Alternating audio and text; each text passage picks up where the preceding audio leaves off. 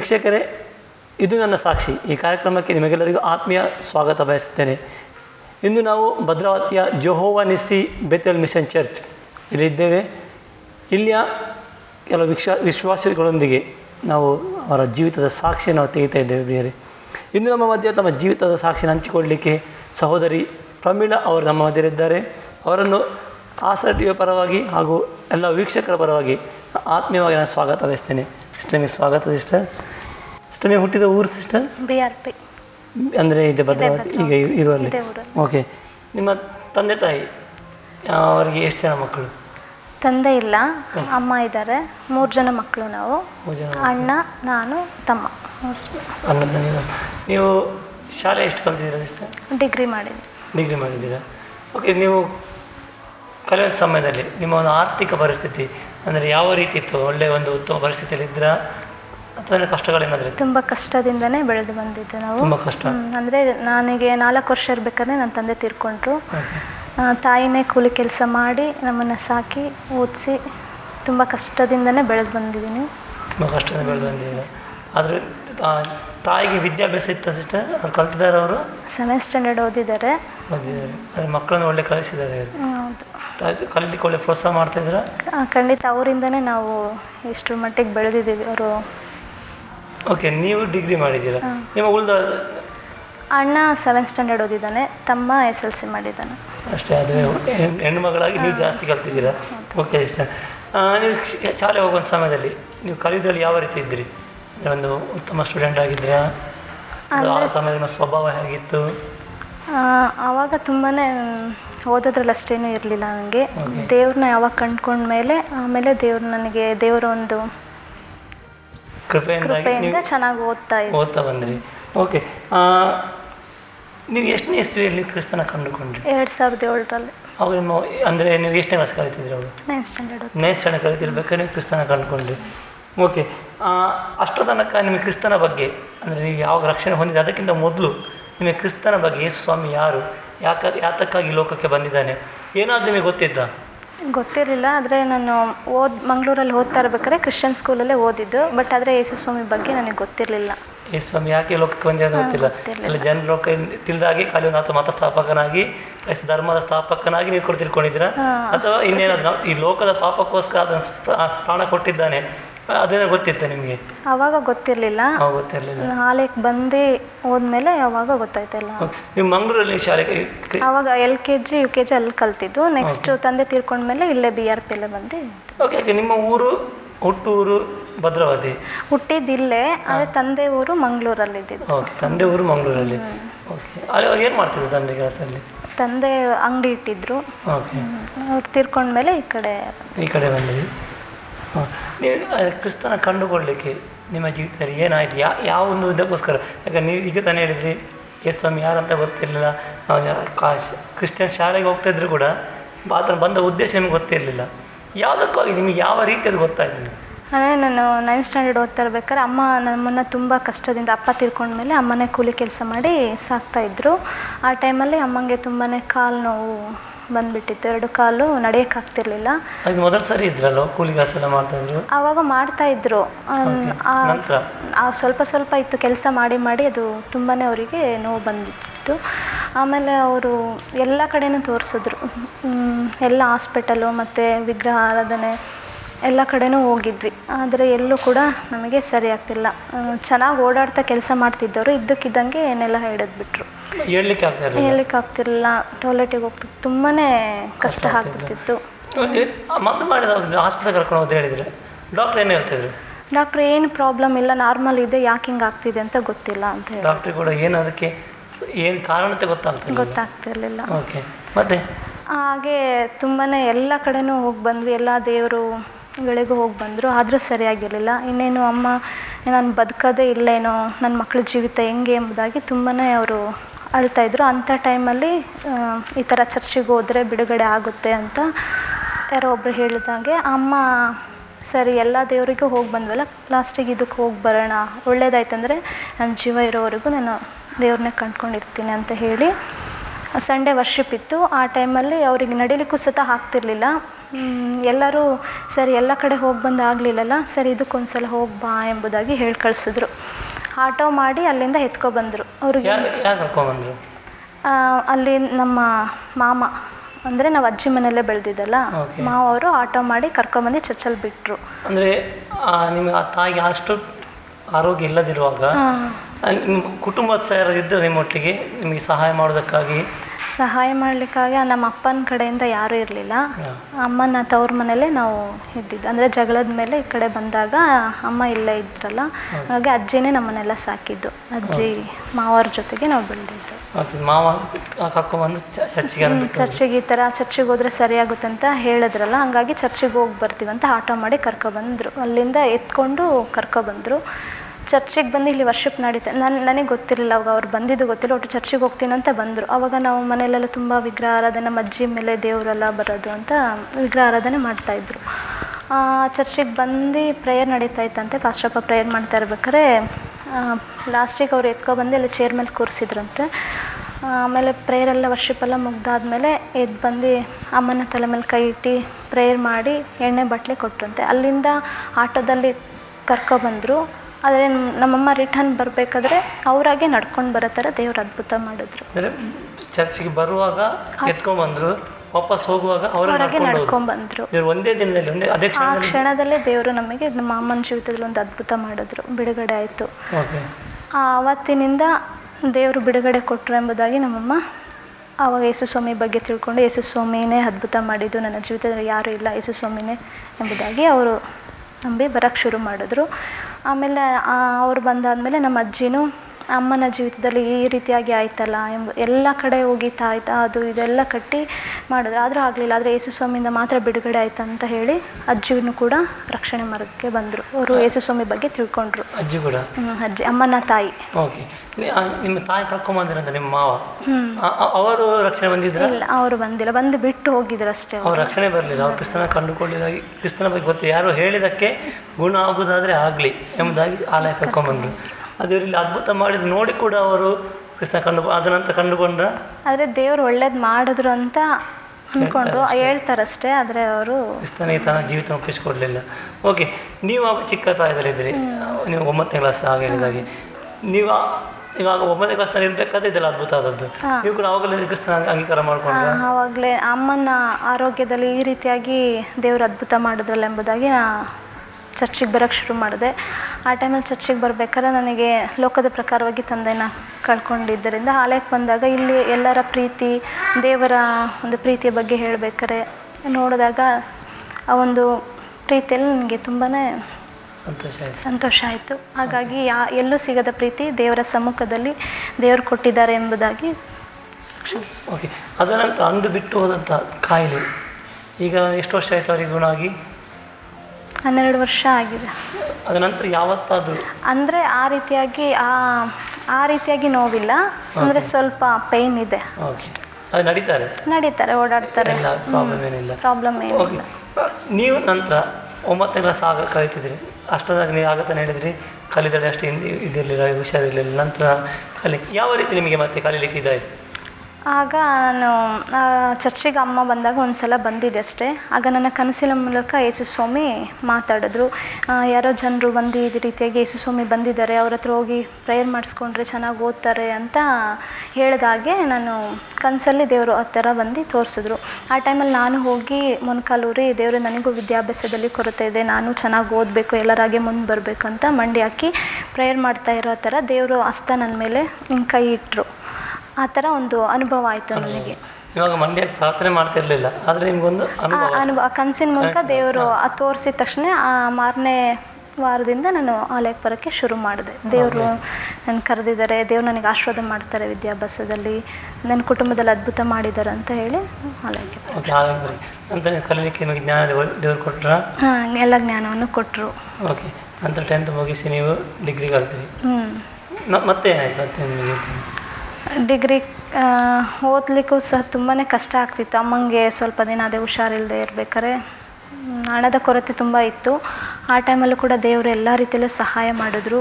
ನಾವು ಆಲಯಕ್ಕೆ ಬಂದ್ವಿ, ಚರ್ಚಿನ ಕ್ರಿಸ್ತನ ಕಂಡುಕೊಂಡಿದ್ದೀವಿ ಅಂತ ಹೇಳಿ ನಮ್ಮ ಸಂಬಂಧಿಕರೆಲ್ಲ ನಮ್ಮನ್ನು ದೂರ ತಳ್ಳಿದ್ರು. ನಮ್ಮ ಫ್ಯಾಮಿಲಿನೇ ಸಪ್ರೇಟ್ ಫ್ಯಾಮಿಲಿಯಾಗಿ ಮಾಡಿಬಿಟ್ರು. ಈ ಕಡೆ ತಂದೆ ಕಡೆನೂ ಯಾರೂ ಇರ್ತಿರ್ಲಿಲ್ಲ, ತಾಯಿ ಕಡೆನೂ ಯಾರಿಲ್ಲ. ನಮ್ಮ ಅಮ್ಮ, ನಾನು, ಅಜ್ಜಿ, ತಮ್ಮ ಇಷ್ಟೇ ಸಪ್ರೇಟಾಗಿ ಮಾಡಿಬಿಟ್ರು. ಏನೇ ಇದ್ದರೂ ನಮ್ಮ ಸಭಾಪಾಲಕರು ಅಂದರೆ ಸಭಾಪಾಲಕರಿಗಿಂತ ಹೆಚ್ಚಾಗಿ ಅವ್ರ ಆತ್ಮಿಕ ತಂದೆಯಾಗಿ ನಮ್ಮನ್ನು ಪ್ರೋತ್ಸಾಹಿಸ ಬಂದರು. ಆಮೇಲೆ ಎಲ್ಲ ಜನಗಳು ಈ ರೀತಿಯಾಗಿ ಇವರು ದೇವ್ರನ್ನ ಕಂಡ್ಕೊಂಡಿದ್ದಾರೆ, ಇವಳಿಗೆ ತಂದೆ ಇಲ್ಲ, ಇವಳ ಮಕ್ಕಳನ್ನ ಹೆಂಗೆ ಸಾಕ್ತಾಳೋ ನೋಡೋಣ ಎಂಬುದಾಗಿ ಎಲ್ಲ ವಿರೋಧವಾಗಿ ನಿಂತರು ನಮ್ಮ ಫ್ಯಾಮಿಲಿಗೆ. ಇವಳು ವಿದ್ಯಾಭ್ಯಾಸ ಮಾಡಲ್ಲ, ಲೋಕದ ಪ್ರಕಾರವಾಗಿ ಹೋಗ್ತಾಳೆ, ಇವಳಿಗೆ ಯಾರೂ ಮದುವೆ ಮಾಡ್ಕೊಳ್ಳಲ್ಲ, ಹಾಗೆ ಹೀಗೆ ಅಂತ ನಮ್ಮ ರಿಲೇಷನ್ನಿಂದನೇ ಚುಚ್ಚು ಮಾತುಗಳಿಂದ ಅಮ್ಮಂಗೆ ತುಂಬಾ ಇದು ಮಾಡ್ತಾಯಿದ್ರು. ಆದರೆ ದೇವರಲ್ಲಿ ನಾವು ಪ್ರಾರ್ಥನೆ ಮಾಡಿದ್ವಿ. ಅವ್ರು ಹೇಳಿದ ಅವರ ಮುಂದೆ ನಾವು ಉನ್ನತ ಸ್ಥಿತಿಯಲ್ಲಿರಬೇಕು ದೇವರೇ ಅಂತ ಹೇಳಿ ಪ್ರಾರ್ಥನೆ ಮಾಡಿದ್ಮೇಲೆ ದೇವರು ಒಳ್ಳೆಯ ವಿದ್ಯಾಭ್ಯಾಸವನ್ನು ಕೂಡ ಕೊಟ್ಟರು. ಹಾಗೆ ವಿವಾಹ ಕಾರ್ಯವನ್ನು ಕೂಡ ದೇವರು ಉತ್ತಮ ರೀತಿಯಲ್ಲಿ ನಡೆಸ್ಕೊಟ್ರು. ಯಾರ ಒಂದು ಸಹಾಯನೂ ಇಲ್ಲದೆ ದೇವರ ಮುಂದೆ ನಿಂತು ಎಲ್ಲ ಸಹಾಯವನ್ನು ಮಾಡಿ ವಿವಾಹವನ್ನು ನಡೆಸಿದ್ರು. ಓಕೆ ಸಿಸ್ಟರ್, ಈಗ ನೀವು ನಿಮ್ಮ ತಾಯಿ ರಕ್ಷಣೆ, ನಿಮ್ಮ ಅಣ್ಣ ಮತ್ತು ನಿಮ್ಮ ತಮ್ಮ ಅವರು ಕೂಡ ಕ್ರಿಸ್ತನ ಕಂಡುಕೊಂಡ್ರ? ಅಂದರೆ ತಮ್ಮ ಅವಾಗ ತುಂಬ ಬರ್ತಾ ಇದ್ದ, ಈಗ ಅದು ಯವನ ಪ್ರಾಯ ಆಯ್ತಲ್ಲ, ಹಾಗಾಗಿ ಅವನು ಆದರೆ ಬೇರೆ ಕಡೆ ಎಲ್ಲೂ ಹೋಗಲ್ಲ, ದೇವರಿಗೆ ಇದಕ್ಕೆ ಹೋಗಲ್ಲ, ಬರ್ತಾನೆ, ಆದರೆ ಅಷ್ಟೇನು ಇಂಟ್ರೆಸ್ಟ್. ದೇವರವ್ರು ಮುಟ್ತಾ ಇರ್ತೀರಿ ಬಂದವರ್ತಿ. ನಿಮ್ಮ ಅಣ್ಣನವರು? ಅಣ್ಣ ಇದು ಮಾಡಲ್ಲ. ಅತ್ತಿಗೆ ಅವರು ಲವ್ ಮ್ಯಾರೇಜು, ಅತ್ತಿಗೆ ಕ್ರಿಸ್ತನ್ ನಂಬಿದ್ದಾರೆ. ಓಕೆ, ಅತ್ತಿಗೆ ಬರ್ತಾ ಇದ್ದಾರೆ. ಓಕೆ ಸರ್, ನೀವು ಹೇಳಿದ್ರಿ ನಿಮ್ಮ ಮ್ಯಾರೇಜ್ ದೇವರು ಅದ್ಭುತ ರೀತಿ ನಡೆಸಿಕೊಟ್ರು. ನೀವು ಎಲ್ಲಿಗೆ ಮದುವೆ ಆದಿರಿ? ಹಾವೇರಿ ಡಿಸ್ಟಿಕ್, ಬ್ಯಾಡಗಿ. ಓಕೆ, ನಿಮ್ಮ ಗಂಡ ಏನು ಮಾಡ್ತಿದ್ದಾರೆ? ಅವರು ಮೊಬೈಲ್ ಶಾಪ್ ಬಿಸ್ನೆಸ್ ಮಾಡ್ತಾಯಿದ್ರು. ಅವ್ರು ಕ್ರಿಸ್ತನ ಕಂಡುಕೊಂಡಿದ್ದಾರಾ? ಅವರು ಹುಟ್ಟಿದಿಂದನೂ ಕ್ರಿಸ್ತನಲ್ಲಿಯೇ ಬೆಳೆದಿದ್ದವ್ರ ಅಪ್ಪ ಅಮ್ಮ ಕಂಡುಕೊಂಡಿದ್ರು. ಅವರು ಹಿಂದೂ ಫ್ಯಾಮಿಲಿ ಆಗಿದ್ದವ್ರ ಅಪ್ಪ ಅಮ್ಮ, ಇವರು ಕಂಡುಕೊಂಡು, ಆದರೆ ಅವರು ಆತ್ಮಿಕ ರೀತಿಯಲ್ಲಿ ಬೆಳೀತಿರ್ಲಿಲ್ಲ. ಒಟ್ಟು ದೇವ್ರಿಗೆ ಗೊತ್ತು, ಆತ್ಮಿಕ ರೀತಿಯಲ್ಲಿ ಇರ್ತಿರ್ಲಿಲ್ಲ. ನನ್ನ ಮದುವೆ ಆದಮೇಲೆ ದೇವ್ರ ಬಗ್ಗೆ ಆಳವಾಗಿ ತಿಳ್ಕೊಂಡು ಸೇವೆಗಾಗಿ ಒಪ್ಪಿಸ್ಕೊಟ್ಟು ಈಗ ಅಲ್ಲಿಂದ ನಾವು ಇದೇ ಜಾಗಕ್ಕೆ ಬಂದು ಸೇವೆ ಮಾಡಬೇಕಂತ ಬಂದು ಸೇವೆ ಮಾಡ್ತಾಯಿದ್ದೀವಿ. ಸೇವೆ ಮಾಡ್ತಾ ಇದ್ದೀರಾ? ಅಂದರೆ ನಮ್ಮ ಸಭೆಯಿಂದ ಪ್ರೇಯರ್ ಶೆಲ್ ಅಂತ ಬಿಟ್ಟಿದ್ದಾರಲ್ಲ, ಅದರಲ್ಲಿ ನಾವು ಅನೇಕ ವಾರದಲ್ಲಿ 2 ಸಲ ಹೋಗಿ ಕುಟುಂಬದಲ್ಲಿ ಹೋಗಿ ಪ್ರೇಯರ್ ಮಾಡಿ ಬರೋ ಥರ ದೇವರು ಕೃಪೆ ಮಾಡಿದ್ದಾರೆ. ಮೊಬೈಲ್ ಶಾಪ್ ಇದೆ ಅವ್ರಿಗೆ? ಮೊಬೈಲ್ ಶಾಪ್ ಇತ್ತು, ಈಗ ಕೆಲಸ ಮಾಡ್ತಾ ಇದ್ದಾರೆ. ಹೌದು, ಕಂಪ್ನಿಯಲ್ಲಿ ಕೆಲಸ ಮಾಡ್ತಿದ್ದಾರೆ. ಕಂಪ್ನಿ ಕೆಲಸ ಮಾಡ್ತಿದ್ದಾರೆ. ಅಷ್ಟು ಅದರೊಟ್ಟಿಗೆ ಸೇವೆ ಕೂಡ ಸೇವೆ ಕೂಡ ಮಾಡ್ತಾರೆ. ಓಕೆ ಸಿಸ್ಟರ್, ನೀವು ಕ್ರಿಸ್ತನ ಕಂಡುಕೊಂಡು ಎಷ್ಟು ವರ್ಷ ಆಯ್ತು ಈಗ? 12 ವರ್ಷ. 12 ವರ್ಷ ಆಯಿತು. ಈ 12 ವರ್ಷ ಈ ಕ್ರಿಸ್ತಿಯ ಜೀವಿತದಲ್ಲಿ ನಿಮ್ಮ ಜೀವಿತ ನೀವು ಕಂಡಂಥ ಅದ್ಭುತಗಳು ಯಾವುದೋ ಇದ್ದರೆ ಹೇಳ್ಬೋದು ಸಿಸ್ಟರ್. ಯಾಕಂದರೆ ನೀವು ಈಗ ತಾನೇ ಕೆಲವು ವಿಷಯಗಳು ಹೇಳಿದ್ದೀರಿ, ನೀವು ಅದ್ಭುತವಾಗಿ ದೇವರು ನಿಮಗೆ ಕಲಿಯಲಿಕ್ಕೆ ಜ್ಞಾನ ಕೊಟ್ಟರು, ಎಲ್ಲ ಸಹಾಯ ಮಾಡಿದರು, ಅದರೊಟ್ಟಿಗೆ ಮದುವೆ ಕೊಡಿದ್ರು, ಅದ್ಭುತ ರೀತಿಯಲ್ಲಿ ನಡೆಸ್ಕೊಂಡು ಬಂದರು, ಆಡ್ಕೊಳ್ಳೋದು ಜನರ ಬಾಯಿ ಮುಚ್ಚುವ ರೀತಿಯಲ್ಲಿ ದೇವರು ನಿಮ್ಮನ್ನು ಉನ್ನತಗೆ ಏರಿಸ್ಕೊಂಡು ಬಂದಿದ್ದಾರೆ. ಅದರ ಮಧ್ಯೆ ಇನ್ನೂ ಏನೋ ಸಾಕ್ಷಿಗಳಿದೆ ಸಿಸ್ಟರ್? ಇದೆ, ತುಂಬಾ ಇದೆ. ಹೇಳಿ. ಇವರು ತಂದೆ ಇಲ್ಲಲ್ಲ, ಯಾವ ರೀತಿಯಾಗಿ ಇವ್ರು ಬೆಳೆದು ಮುಂದೆ ಓದಲಿಕ್ಕೆ ಎಲ್ಲ ಯಾರು ಸಹಾಯ ಮಾಡ್ತಾರೆ ಎಂಬುದಾಗಿ ಅನೇಕ ರೀತಿಯಲ್ಲಿ ನಮಗೆ ನಮ್ಮ ರಿಲೇಷನ್ಗಳೇ ತುಂಬ ತೊಂದರೆ ಮಾಡ್ತಾಯಿದ್ರು. ಅಂದರೆ ನಮ್ಮ ಅಣ್ಣನೂ ಕೂಡ ಏನೂ ಸಹಾಯ ಮಾಡಿರಲಿಲ್ಲ ನನಗೆ ವಿದ್ಯಾಭ್ಯಾಸ ಮಾಡೋಕ್ಕೆ. ಅಮ್ಮನೇ ಎಲ್ಲನೂ ಮಾಡ್ತಾಯಿದ್ರು, ಕಷ್ಟಪಟ್ಟು ಮಾಡ್ತಾಯಿದ್ರು. ಆ ಸಮಯದಲ್ಲಿ ಅಣ್ಣ ಇದು ಕೆಲಸ ಮಾಡ್ತಾಯಿದ್ರ? ಅಣ್ಣ ಕೆಲಸ ಮಾಡ್ತಾಯಿದ್ದ ಊರಲ್ಲಿ, ಮಂಗಳೂರಲ್ಲಿ ಹೋಗಿ ಸೆಟ್ಲಾಗಿ ಕೆಲಸ ಮಾಡ್ತಿದ್ದೆ. ಅಮ್ಮಂಗೆ ಯಾರಿಗೂ, ನಮ್ಮಮ್ಮಂಗೆ ಯಾರು ಕೂಡ ಸಹಾಯ ಮಾಡೋರು ಯಾರೂ ಸಹ ಇರಲಿಲ್ಲ. ನಾವು ಪ್ರಾರ್ಥನೆ ಮಾಡಿ ದೇವರು ತಾಮೇ ನಮಗೆ ಸಹಾಯ ತಕ್ಕ ಸಮಯಕ್ಕೆ ಎಲ್ಲವನ್ನು ಒದಗಿಸಿಕೊಟ್ರು. ಸ್ಕೂಲಿಗೆ ಫೀಸ್ ಕಟ್ಟಲಿಕ್ಕೆ ಕೂಡ, ಕಾಲೇಜಿಗೆ ಫೀಸ್ ಕಟ್ಟಲಿಕ್ಕೆ ಕೂಡ ಆಗದೇ ಇರೋವಂಥ ಪರಿಸ್ಥಿತಿಯಲ್ಲಿ ದೇವರಲ್ಲಿ ಪ್ರಾರ್ಥನೆ ಮಾಡುವಾಗ ದೇವರು ನನಗೆ ಡಿಗ್ರಿ ಓದೋವರೆಗೂ ಕೂಡ ದೇವರೆಲ್ಲವನ್ನು ಸಹಾಯ ಮಾಡಿ ಡಿಗ್ರಿಯಲ್ಲಿ ಡಿಸ್ಟಿಂಕ್ಷನ್ ತಗೊಳ್ಳೋ ರೀತಿಯಲ್ಲಿ ದೇವರು ನನಗೆ ಜೀವಿತದಲ್ಲಿ ಅದ್ಭುತ ಮಾಡಿದ್ರು. ವಿದ್ಯಾಭ್ಯಾಸದಲ್ಲಿ ಒಂದು ದಿನದಲ್ಲಿ ಓದಕ್ಕೆ ಕೂಡ ಬರದೇ ಇದ್ದ ಸಮಯದಲ್ಲಿ ದೇವರ ಜ್ಞಾನ ಕೊಟ್ಟು ನಾನು ಎಕ್ಸಾಮ್ ಬರೋಕ್ಕಿಂತ ಮುಂಚಿತವಾಗಿ ದೇವ್ರು ನನ್ನ ರಿಸಲ್ಟ್ನ ತೋರಿಸ್ತಿದ್ರು. ಕನಸಿನ ಮೂಲಕ ದೇವರು, ನನ್ನ ಸ್ವಪ್ನದ ಮೂಲಕ ದೇವರು ತೋರಿಸ್ತಾಯಿದ್ರು. ಹೆದರಬೇಡ, ನಾನು ನಿನ್ನ ಜೊತೆಗಿದ್ದೀನಿ ಎಂಬುದಾಗಿ ದೇವರು ಬಲಪಡಿಸ್ತಾ ಬಂದರು. ದೇವರು ನನ್ನ ಜೊತೆಗಿರೋದ್ರಿಂದ ದೇವರ ಮೇಲೆ ಭರವಸೆ ಬಿಟ್ಟೆ ನಾನು ಅನುದಿನವೂ ನಡೀತಾ ಇದ್ದೆ. ಯಾವ ಮನುಷ್ಯರ ಮೇಲೆ ನನಗೆ ಯಾರಿದ್ದಾರೆ ಯಾರಿಲ್ಲ ಅಂತಿಲ್ಲ, ಯೇಸು ಸ್ವಾಮಿ ಮಾತ್ರ ನನ್ನ ಜೀವಿತದಲ್ಲಿ ಇರೋದಂತ ದೇವರ ಮೇಲೆ ಭರವಸೆ ಬಿಟ್ಟು ನಡೀತಾ ಇದ್ದೆ. ಓಕೆ, ನಿಮಗೆ ಅನೇಕ ಜನರಿಗೆ ಹೀಗೆ ಹೀಯಾಳಿಸ್ತಿದ್ರಲ್ಲ, ಯಾವ ಅಂದರೆ ತಂದೆ ಇಲ್ಲ, ಈಗ ಯೇಸು ನಂಬ್ತಾ ಇದ್ದಾಳೆ, ಆಚೆ ಹೋಗಿದ್ದಾಳೆ, ಅವಳು ಯಾರು ಇದು ಮಾಡ್ತಾರೆ ನೋಡು, ಹಾಗೆಲ್ಲ ಹೇಳುವಾಗ ನಿಮಗೆ ಯಾವ ರೀತಿ ಅನ್ನಿಸ್ತಿತ್ತು ಅವಾಗ? ಯಾಕಾದ್ರೆ ನನಗೆ ಬೇಕಿತ್ತಾ ಅಂತ ಏನು ಯಾವತ್ತೂ ಯೋಚನೆ ಮಾಡಿದ್ದೀರಿ? ಇಲ್ಲ, ಅವರು ಆ ರೀತಿಯಾಗಿ ಹೇಳ್ತಿದ್ದಾರಲ್ಲ, ಅವರ ಮುಂದೆ ದೇವ್ರು ನನ್ನ ಉನ್ನತ ಸ್ಥಿತಿಯಲ್ಲಿ ಇಡ್ತಾರೆ ಅಂತ ನಂಬಿಕೆಯಿಂದ ಪ್ರಾರ್ಥನೆ ಮಾಡ್ತಿದ್ದೆ. ಅದೇ ರೀತಿಯಾಗಿ ದೇವರು ಈ ದಿನದವರೆಗೂ ಅವ್ರು ನೋಡಿ ಆಶ್ಚರ್ಯ ಪಡೋ ರೀತಿಯಲ್ಲಿ ದೇವ್ರು ನನ್ನ ನಡೆಸ್ತಾ ಇದ್ದಾರೆ. ನೀವು ಒಂದಿನಾದರೂ ಹಾಗೆ ಮಾತಾಡುವಾಗ ಅವ್ರಿಗೆ ಎದುರು ಥರ ಕೊಟ್ಟದುಂಟ? ಏನಾದರೂ ಬೈದಿದ್ದೀರ ಯಾವಾಗಾದ್ರೆ ಏನಾದರೂ? ಇಲ್ಲ, ಅವರಿಗಾಗಿ ಪ್ರಾರ್ಥನೆ ಮಾಡೋದಷ್ಟೇ. ಆದರೆ ದೇವರು ನಿಮ್ಮ ಆಗ ನಿಮ್ಮ ಮೌನವಾಗಿದ್ದರೂ ಕೂಡ ದೇವರು ನಿಮ್ಮ ಜೀವಿತ ಸಾಕ್ಷಿಯ ಮೂಲಕನೇ, ಅಂದರೆ ಈಗ ನಿಮ್ಮ ಇಟ್ಟ ಸ್ಥಿತಿ ನೋಡಿ ಅವರ ಬಾಯಿ ಮುಚ್ಚಿಸುವಾಗಿ ದೇವರು ಕಾರ್ಯ ಮಾಡಿದ್ದಾರೆ. ಹೌದು, ಈಗ ಅವರಾಗೆ ಹೇಳ್ತಿದ್ದಾರೆ, ನಾವೆಲ್ಲರೂ ಸುತ್ತ ಇದ್ದಿದ್ರು ಅವಳಿಗೆ ಇಂಥ ಜೀವಿತ ಇರ್ತಿರ್ಲಿಲ್ಲ, ಆದರೆ ದೇವರು ಅವಳನ್ನ ಎಲ್ಲ ರೀತಿಯಲ್ಲೂ ದೇವರು ಅದ್ಭುತ ರೀತಿಯಲ್ಲಿ ನಡೆಸಿದ್ದಾರೆ, ನೀವು ದೇವರು ಯೇಸು ಸ್ವಾಮಿನ ಕಂಡುಕೊಂಡಿದ್ದು ಒಳ್ಳೆಯದಾಯಿತು ಅಂತ ಅವ್ರ ಬಾಯಿಂದನೇ ಹೇಳ್ತಾ ಇದ್ದಾರೆ. ಅವರು ಕೂಡ ಅನೇಕ ಚರ್ಚಿಗೆ ಬರೋದು, ಪ್ರೇಯರ್ ಮಾಡಿಸ್ಕೊಳ್ಳೋದು, ಇವ್ರ ಜೀವಿತದಲ್ಲಿ ಅದ್ಭುತ ಆಗಿದೆ ಅಂತ ಅವರು ಕೂಡ ನಂಬಿದ್ದಾರೆ. ಓಕೆ ಈಗ ನೀವು ಮದುವೆ ಆಗಿ ಎಷ್ಟು ವರ್ಷ ಆಯಿತು? 5 ವರ್ಷ ಆಯಿತು. 5 ವರ್ಷ. ಮಕ್ಕಳಿದ್ದಾರೆ ಸಿಸ್ಟರ್? 2 ಮಕ್ಕಳಿದ್ದಾರೆ. ಇಬ್ರು ಗಂಡು ಮಕ್ಕಳು. ಒಬ್ಬ 4 ವರ್ಷ, ಒಬ್ಬನಿಗೆ 1 ವರ್ಷ. ಒಬ್ಬರಿಗೆ 1 ವರ್ಷ, ಒಬ್ಬನಿಗೆ 4 ವರ್ಷ. ಓಕೆ. ನಿಮ್ಮ ಮುಂದಿನ ಜೀವಿತ ಯಾವ ರೀತಿ? ಯಾಕೆ ನೀವು ಆಲ್ರೆಡಿ ಸೇವೆಗೆ ಬಂದಿದ್ದೀರಾ, ಇನ್ನು ಕರ್ತವ್ಯಕ್ಕೋಸ್ಕರ ಏನೆಲ್ಲ ಮಾಡಬೇಕೆಂಬ ಒಂದು ಆಸೆ ನಿಮ್ಮಲ್ಲಿದೆ? ದೇವರ ಸೇವೆ ಮಾಡಬೇಕು, ದೇವ್ರ ಬಗ್ಗೆ ಅನೇಕರಿಗೆ ಸುವಾರ್ತೆ ಸಾರಬೇಕು. ನನ್ನಂತೆ ಎಷ್ಟೋ ಮಕ್ಕಳಿದ್ದಾರೆ, ಅವರಿಗೆ ದೇವ್ರ ಸುವಾರ್ತೆ ತಲುಪಬೇಕು, ಕಷ್ಟದಲ್ಲಿರೋರಿಗೆ ಸಹಾಯ ಮಾಡಬೇಕು, ಅವರು ಕೂಡ ಕ್ರಿಸ್ತನ ಪ್ರೀತಿನ ಹಂಚ್ಕೊಡ್ಬೇಕು. ನನ್ನ ಜೀವಿತದಲ್ಲಿ ದೇವರು ಎಷ್ಟೆಲ್ಲ ಅದ್ಭುತ ಮಾಡಿದ್ರು, ತಂದೆಯ ಪ್ರೀತಿಯನ್ನು ದೇವರು ಕೊಟ್ಟಿದ್ರು, ಮತ್ತು ಎಲ್ಲ ಸಮಸ್ಯೆಗಳಿಂದ ದೇವರು ನನ್ನನ್ನು ಬಿಡಿಸಿದ್ರು, ಅವಮಾನಗಳ ಮಧ್ಯದಲ್ಲಿ ನನ್ನನ್ನು ಉನ್ನತ ಸ್ಥಿತಿಗೆ ತಂದರು. ಆ ರೀತಿಗೆ ಅನೇಕ ಮಕ್ಕಳಿದ್ದಾರೆ, ಅವ್ರಿಗೆ ಸುವಾರ್ತೆ ತಲುಪಬೇಕು, ಅವ್ರಿಗೆ ಸುವಾರ್ತೆ ಸಾರಬೇಕು, ಜೀವನ ಇರೋವರೆಗೂ ಕರ್ತನ ಸೇವೆ ಮಾಡಬೇಕಂತ ಆಸೆ ಇದೆ. ಸಿಸ್ಟರ್, ನಿಮ್ಮ ಜೀವಿತದಲ್ಲಿ ಅನೇಕ ಘಟ್ಟಗಳನ್ನ ದಾಟ್ಕೊಂಡು ಬಂದಿದ್ದೀರಾ, ಎಲ್ಲರ ಕೈ ಬಿಟ್ಟಂಥ ಪರಿಸ್ಥಿತಿಯಲ್ಲಿ ಕೂಡ ನೀವಿದ್ದೀರಿ, ಆದರೆ ದೇವರು ನಿಮ್ಮ ಉನ್ನತ ಸ್ಥಿತಿಯಲ್ಲಿ ಇಟ್ಟಿದ್ದಾರೆ. ಈಗ ನೀವು ಕೊನೆಯದಾಗಿ ನಮ್ಮ ಆಸರ್ ಟಿವಿ ವೀಕ್ಷಕರಿಗೆ, ಅವರು ಅನೇಕ ಜನರು ಇದನ್ನು ನೋಡ್ತಾ ಇದ್ದಾರೆ, ನಿಮ್ಮ ಸಾಕ್ಷಿಯನ್ನು ಕೇಳ್ತಾ ಇದ್ದಾರೆ, ಅವರಿಗೆ ನಿಮ್ಮ ಹಿತ ನೋಡಿ ಅಥವಾ ಒಂದು ಎನ್ಕರೇಜ್ ಮಾತೇನಾದ್ರು ಹೇಳಲಿಕ್ಕಿದ್ರೆ ಹೇಳ್ಬೋದು ಸಿಸ್ಟರ್. ನನ್ನಾಗೆ ಅನೇಕ ಮಕ್ಕಳು ಕಷ್ಟದಿಂದ ಬೆಳೆದು ಬಂದಿರೋರು ಇರ್ತಾರೆ, ಆದರೆ ಅವರ ಜೀವಿತದಲ್ಲಿ ದೇವರ ಮೇಲೆ ಭರವಸೆ ಇಟ್ಟರೆ ಖಂಡಿತ ದೇವರು ಅವರನ್ನು ಕೂಡ ಉನ್ನತ ಸ್ಥಿತಿಗೆ ತರ್ತಾರೆ. ಅವರ ಜೀವಿತದಲ್ಲಿ ದೇವರು ಅದ್ಭುತವನ್ನು ಮಾಡ್ತಾರೆ. ಮನುಷ್ಯರ ಮೇಲೆ ನಾವು ಭರವಸೆ ಇಡೋದೇ ದೇವರ ಮೇಲೆ ಭರವಸೆ ಇಟ್ಟು ನಡೆಯುವಾಗ ದೇವರು ಎಲ್ಲ ಕಾರ್ಯದಲ್ಲೂ ಕೂಡ ನಮಗೆ ಆಶೀರ್ವಾದವಾಗಿ ನಡೆಸ್ತಾರೆ. ನಿಜವಾದ ದೇವರು ಯೇಸು ಕ್ರಿಸ್ತನೇ ಎಂಬುದಾಗಿ ನಂಬಿದ್ರೆ ದೇವರು ಅವ್ರನ್ನ ಖಂಡಿತ ಎಂದೂ ಕೈ ಬಿಡಲ್ಲ, ಆಶೀರ್ವಾದ ಮಾಡ್ತಾರೆ. ಸಿಸ್ಟರ್, ನೀವು ಇಲ್ಲಿವರೆಗೆ ಒಂದು ನಿಮ್ಮ ಜೀವಿತ ಸಾಕ್ಷಿನ ಮಟ್ಟಿಗೆ ಹಂಚಿಕೊಂಡಿದ್ದೀರಿ. ದೇವರು ನಿಮ್ಮನ್ನು ಹೇಳೋಕೆ ಆಶೀರ್ವಾದ, ಆತನ ಸೇವೆಯಲ್ಲಿ ಇನ್ನು ಉನ್ನತ ರೀತಿಯಲ್ಲಿ ನಿಮ್ಮನ್ನು ಉಪಯೋಗಿಸ್ಕೊಳ್ಳಿ ನಾವು ಪ್ರಾರ್ಥಿಸ್ತೇವೆ. ಅಷ್ಟು ಮಾತ್ರವಲ್ಲ, ಇಲ್ಲಿವರೆಗೆ ಬಂದದಕ್ಕೋಸ್ಕರ ನಿಮಗೆ ಧನ್ಯವಾದಗಳನ್ನ ಸಲ್ಲಿಸ್ತೇವೆ. ತುಂಬ ಧನ್ಯವಾದಗಳು ಸಿಸ್ಟರ್. ನಿಮ್ಮ ಜೀವಿತದಲ್ಲಿ ಎಲ್ಲ ಮಟ್ಟಗಳಲ್ಲಿ, ಎಲ್ಲ ಒಂದು ಸೇವೆ, ಎಲ್ಲ ಜೀವಿತಗಳಲ್ಲಿ, ಅಥವಾ ನಿಮ್ಮ ಮಕ್ಕಳ ಜೀವಿತದಲ್ಲಿ ಆಗೋದು ಎಲ್ಲ ವಿಷಯದಲ್ಲಿ ದೇವರು ನಿಮಗೆ ಸಹಾಯ ಮಾಡಿ ದೇವರು ನೀವು ಉನ್ನತ ರೀತಿ ನಡೆಸಲಿ ಎಂಬುದನ್ನು ನಾವು ಪ್ರಾರ್ಥಿಸ್ತೇವೆ. ಪ್ರಿಯ ವೀಕ್ಷಕರೇ, ಸಹೋದರಿ ಪ್ರಮೀಳಾ ಇವರ ಸಾಕ್ಷಿಯನ್ನು ಕೇಳಿದಿದ್ದಾರೆ. ತಂದೆ ಬೇಗನೆ ತೀರ್ಕೊಂಡ್ರು ಕೂಡ ತಾಯಿಯ ಅಂತ ಆ ಪರಿಸ್ಥಿತಿಯಲ್ಲಿ, ನಡೆಯಲಿಕ್ಕೆ ಆಗದಿರುವಂಥ ಪರಿಸ್ಥಿತಿಯಲ್ಲಿ ಕ್ರಿಸ್ತನ ಬಳಿಗೆ ಬಂದಾಗ ಕ್ರಿಸ್ತನ ಅದ್ಭುತ ರೀತಿಯಲ್ಲಿ ಅದನ್ನು ಬಿಡುಗಡೆ ಕೊಟ್ಟರು ಬೇರೆ. ಅಷ್ಟು ಮಾತ್ರವಲ್ಲ, ಅವರು ಎಲ್ಲ ನಿಂದೆಗಳಲ್ಲಿ, ಎಲ್ಲ ವೇದನೆಗಳಲ್ಲಿ, ಎಲ್ಲ ಪರಿಹಾಸ ಸಮಯದಲ್ಲಿ ಕೂಡ ಕ್ರಿಸ್ತನಿಗೋಸ್ಕರ ನಿಂತದ್ರಿಂದ, ಕ್ರಿಸ್ತನಿಗೋಸ್ಕರ ಅದೊಂದು ಇಟ್ಟಂಥ ಹೆಜ್ಜೆಯನ್ನು ಹಿಂತೆಗೆಯದೆ ಅದರಲ್ಲಿ ಸ್ಥಿರವಾಗಿ ನಿಂತದ್ರಿಂದ ಇವರೇ ಬಾಯಲ್ಲಿ ನೀವು ಕೇಳಿದ್ರಿ ಬೇರೆ, ಆತನ ಉನ್ನತ ರೀತಿಯಲ್ಲಿ ಅವರನ್ನು ದೇವರು ಇವರನ್ನು ಸನ್ಮಾನಿಸಿದ್ದಾರೆ. ಉನ್ನತ ರೀತಿಯಲ್ಲಿ ಆಶೀರ್ವಾದ ರೀತಿಯಲ್ಲಿ ದೇವರು ನಡೆಸ್ಕೊಂಡ್ಬಂದಿದ್ದಾರೆ ಬೇರೆ. ಕಷ್ಟಗಳು ಬರ್ತಾ ಇಲ್ಲ ಅಂತ ಹೇಳಿಲ್ಲ, ಆ ಕ್ರಿಸ್ತನ ಕಂಡುಕೊಂಡ ಮೇಲೆ ಹಿಂಸೆಗಳು ಬರ್ತಾ ಇಲ್ಲ ಅಂತ ಹೇಳಿಲ್ಲ. ಯಾಕೆಂದರೆ ದೇವರ ವಾಕ್ಯಗಳು ಹೇಳ್ತದೆ, ನಾನು ಲೋಕವನ್ನು ಜಯಿಸ್ತೀನಿ ಎಂಬುದಾಗಿ. ನಿಮಗೆ ಲೋಕದ ಕಷ್ಟಗಳುಂಟು, ಆದರೆ ನಾನು ನಿಮ್ಮೊಂದಿಗೆ, ಯಾಕೆಂದರೆ ಜಯಿಸಿದ ಕ್ರಿಸ್ತ ನಮ್ಮೊಂದಿಗೆ ಇರುವಾಗ ಎಲ್ಲವನ್ನು ನಾವು ಜಯಿಸಿ ನಾವು ಕೂಡ ಶಕ್ತರಾಗ್ತೇವೆ ಬೇರೆ. ಆದರೆ ನಾವು ಮಾಡಬೇಕಾಗಿದ್ದು ಒಂದೇ, ಇವರು ಮಾಡಿದ ರೀತಿಯಲ್ಲಿ ಆ ಸ್ಥಿರವಾಗಿ ನಾವು ನಿಲ್ಲಬೇಕು ಬೇರೆ. ಆ ಒಂದು ತೆಗೆದುಕೊಂಡ ತೀರ್ಮಾನದಲ್ಲಿ ಹಿಂಜಾರಿ ಹೋಗದೆ, ತೆಗೆದುಕೊಂಡ ತೀರ್ಮಾನದಲ್ಲಿ ನಾವು ಕದಲದೆ ಅದರಲ್ಲಿ ನಾವು ಸ್ಥಿರವಾಗಿ ನಿಲ್ಲುವುದಾದರೆ ದೇವರು ನಮ್ಮನ್ನು ಮೇಲೆ ಶಕ್ತನಾಗಿದ್ದಾನೆ ಬೇರೆ. ನಿಮ್ಮ ಜೀವಿತಗಳು ಅನೇಕ ಆ ಕಷ್ಟಗಳು ಬಂದಿರ್ಬೋದು ಬೇರೆ. ಒಂದು ವೇಳೆ ನೀವು ಕ್ರಿಸ್ತನ ನಂಬದೇ ಇರುವುದಾಗಿದ್ದರೆ ಈ ಸಮಯದಲ್ಲಿ ನಂಬಿರಿ ಬೇರೆ, ಕ್ರಿಸ್ತನ ಅಂಗೀಕಾರ ಮಾಡಿಕೊಳ್ಳಿ. ಆತನ ದೇವರು ನಿಮ್ಮ ಜೀವಿತ ಕಾರ್ಯ ಮಾಡಲಿಕ್ಕೆ ಶಕ್ತನಾಗಿದ್ದಾನೆ.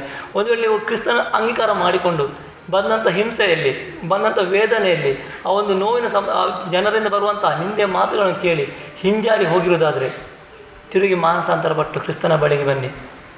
ಪ್ರಿಯ ಸಹೋದರಿಯವರು ಹೇಳಿದರು, ಅನೇಕ ಜನ ಅವರಿಗೆ ಹೀಯಾಳಿಸಿದ್ರು ಎಂಬುದಾಗಿ. ಆದರೆ ಅದೇ ಜನರ ಬಾಯಲ್ಲಿ ಈಗ ಹೇಳ್ತಾರೆ, ಅವರು ಕ್ರಿಸ್ತನ ನಂಬಿಕೊಳ್ಳೋದು ಒಳ್ಳೆಯದೇ ಆಯಿತು. ಒಂದು ವೇಳೆ ಆ ಸಮಯದಲ್ಲಿ ಇವರು ನನ್ನ ಮಾತುಗಳನ್ನು ಕೇಳಿ ವಾಪಸ್ ಬರ್ತಾಯಿದ್ರೆ ಇವರಿಗೆ ಇಂಥ ಜೀವಿತವನ್ನು ನಮ್ಮಿಂದ ಕೊಡಲಿಕ್ಕೆ ಸಾಧ್ಯವಾಗ್ತಿರಲಿಲ್ಲ ಎಂಬುದಾಗಿ ಇವರು ಮಾತನ್ನು ಹೇಳಿದರು. ಅದೇ ರೀತಿಯಲ್ಲಿ ಪ್ರಿಯರೇ, ನೀವು ಜನರ ಮಾತಿಗೆ ಕಿವಿಗೊಡದೆ ಕ್ರಿಸ್ತನ ಮಾತಿಗೆ ಕಿವಿಗೊಟ್ಟು ಅದರಲ್ಲಿ ಸ್ಥಿರವಾಗಿ ನಿಲ್ಲುವುದಾದರೆ ದೇವರು ನಿಮ್ಮ ಕೂಡ ಸರ್ವಶಕ್ತನಾಗಿದ್ದಾನೆ. ಮುಂದಿನ ಸಂಚಿಕೆಯಲ್ಲಿ ಇನ್ನೊಂದು ವ್ಯಕ್ತಿಯನ್ನು ನಿಮ್ಮನ್ನು ಬರಲಿಕ್ಕಿದ್ದೇವೆ. ಅಲ್ಲಿವರೆಗೆ ತಪ್ಪದೆ ವೀಕ್ಷಿಸಿ ಆಸರೆ ಟಿವಿ. ವಂದನೆಗಳು.